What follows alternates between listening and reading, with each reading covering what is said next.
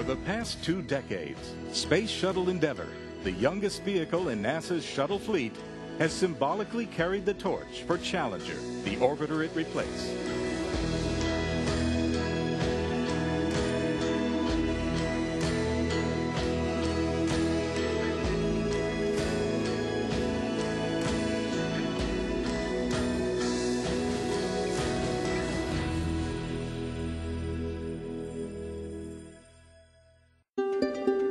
NASA is preparing for the final flight of Endeavour, a trip to the International Space Station during a time frame in which astronauts and cosmonauts are celebrating the 50th anniversaries of the first human spaceflight by Yuri Gagarin and the first American spaceflight by Alan Shepard, as well as the 30th anniversary of the first space shuttle flight, STS-1 Columbia.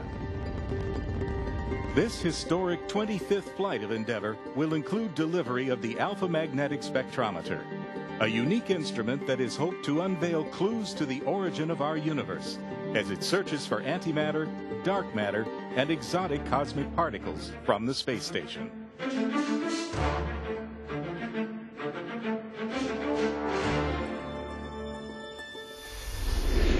When Endeavour launches on NASA's 36th mission to the ISS, the STS-134 crew of 6 astronauts will begin a mission to stock the station with spare parts and a world-class stellar research instrument just months before the shuttle program comes to an end. Endeavour will deliver the Alpha Magnetic Spectrometer 2 and the Express Logistics Carrier 3 to the station. This will also be the first shuttle flight to conduct a re-rendezvous, but not dock to the space station, to test the performance of new navigation sensors designed for the Orion spacecraft. During 4 scheduled spacewalks, Endeavour's crew will conduct the last spacewalks by shuttle crew members to prepare the ISS for its next decade of service.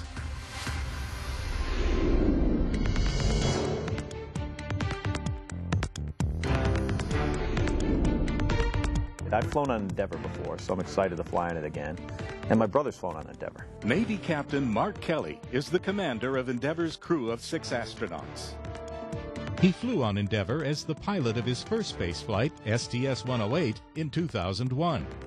In January 2011, Kelly's wife, Congresswoman Gabrielle Giffords, was critically wounded during a community outreach event in Tucson, Arizona. Kelly took a brief leave from the agency, but returned to mission training a few weeks later.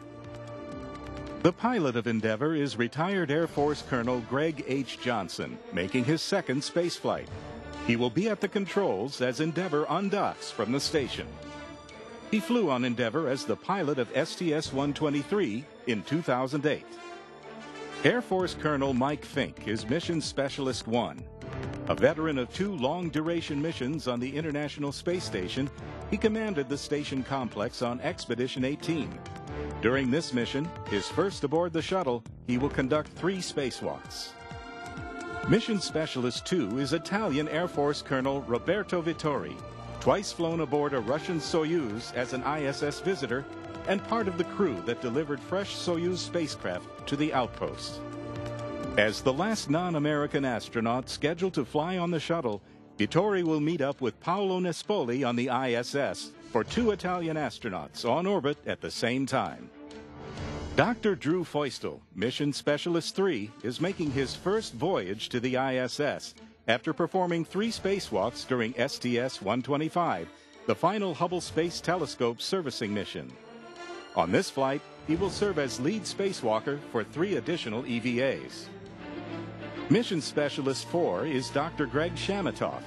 He served as an ISS flight engineer for 6 months during Expeditions 17 and 18, returning to Earth on Endeavour. He will perform 2 spacewalks.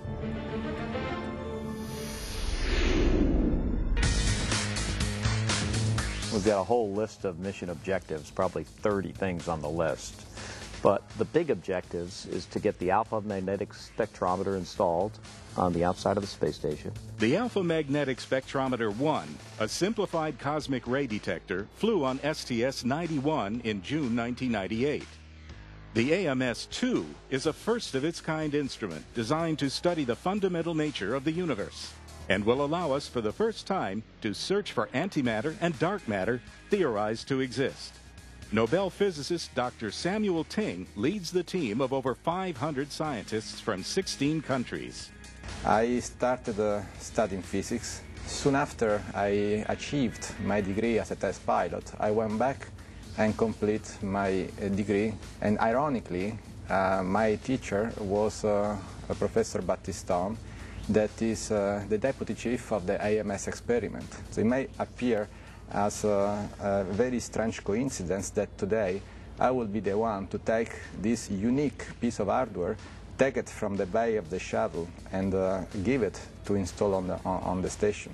On Flight Day 4, Vittori and Feustel, operating the shuttle arm, will grapple the AMS-2 and hand it off to the Greggs, Johnson and Shamatov, operating the station arm for robotic installation onto the station's S3 truss. The second of two components that Endeavour's crew will attach to the ISS is the ELC-3 pallet, the Express Logistics Carrier 3. ELC-3, similar to ELCs 1 and 2 delivered on STS-129, includes a full ATA, ammonia tank assembly, 2 SASs, S-band antenna support assemblies, and a spare arm for Dexter, the special-purpose dexterous manipulator. On Flight Day 3, Vittori and Fink will unberth the ELC-3 with the shuttle arm and hand it off to station arm operators Shamatov and Johnson for installation on the station's P3 truss. STS-134 will be the first shuttle flight to re-rendezvous with the ISS and to fly a rendezvous trajectory to mimic Orion's trajectory. The purpose of STORM, Sensor Test for Orion RELNAV Risk Mitigation, is to evaluate the performance of Orion relative navigation sensors for future spacecraft. While Kelly is flying Endeavour, Feustel will monitor STORM sensors from a laptop on the flight deck during rendezvous, undocking, and the re-rendezvous after the traditional ISS fly-around. Endeavour will pull away from station and execute several maneuvers before approaching on a different trajectory to allow the STORM vision navigation sensors to gather data. Although Endeavour will not actually redock with ISS, it will fly to a close approach of 1,044 feet below and 300 feet behind the station before executing a third separation burn and departing station for the final time. Then when we come up back in front of the space station again, we're then going to do these series of burns where we're going to fall behind the space station, a couple 100,000 feet. And then we're going to come back in doing a profile that's actually quite similar to what Apollo used for a rendezvous.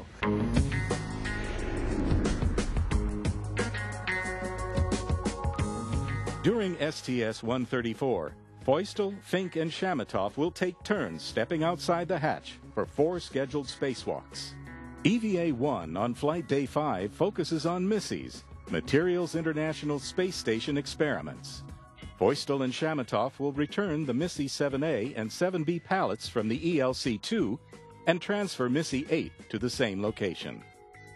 The idea is to expose these things to the harsh environment of space for a long period and see what happens. For EVA-2 on Flight Day 7, Fink and Feustel will refill one of the station's port radiators with ammonia.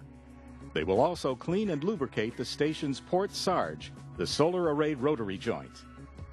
Prior to EVA-3, Feustel and Fink will test a new protocol combining the airlock campout pre-breathe, the exercise pre-breathe, and the spacesuit itself.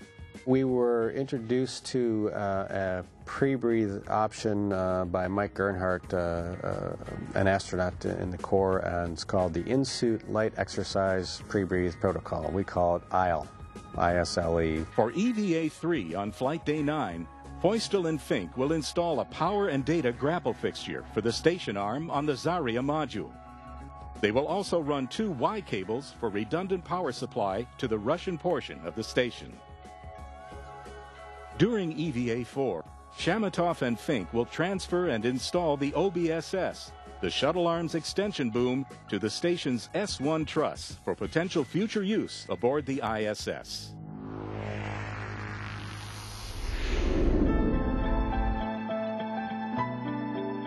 We we have come very far in the last 50 years, from not being able to fly in space to landing on the moon and building this incredible facility in orbit and routinely flying, you know, people up and down into low Earth orbit. It is amazing how much we've accomplished in 50 years, and it took so many people to make all that possible. It's an unbelievable honor to kind of be the representative of that generation of dreamers for me. We have a huge honor and responsibility to make this the best mission that we can, to honor all of the engineers all the way from the pre-STS-1 in the very beginning in the 1970s when we started to design the space shuttle. All the effort, the blood, the sweat, the tears that have gone into making the space shuttle program as wonderful as it has, to fly on the penultimate mission and to do it well and to do it with the honor of those that came before us.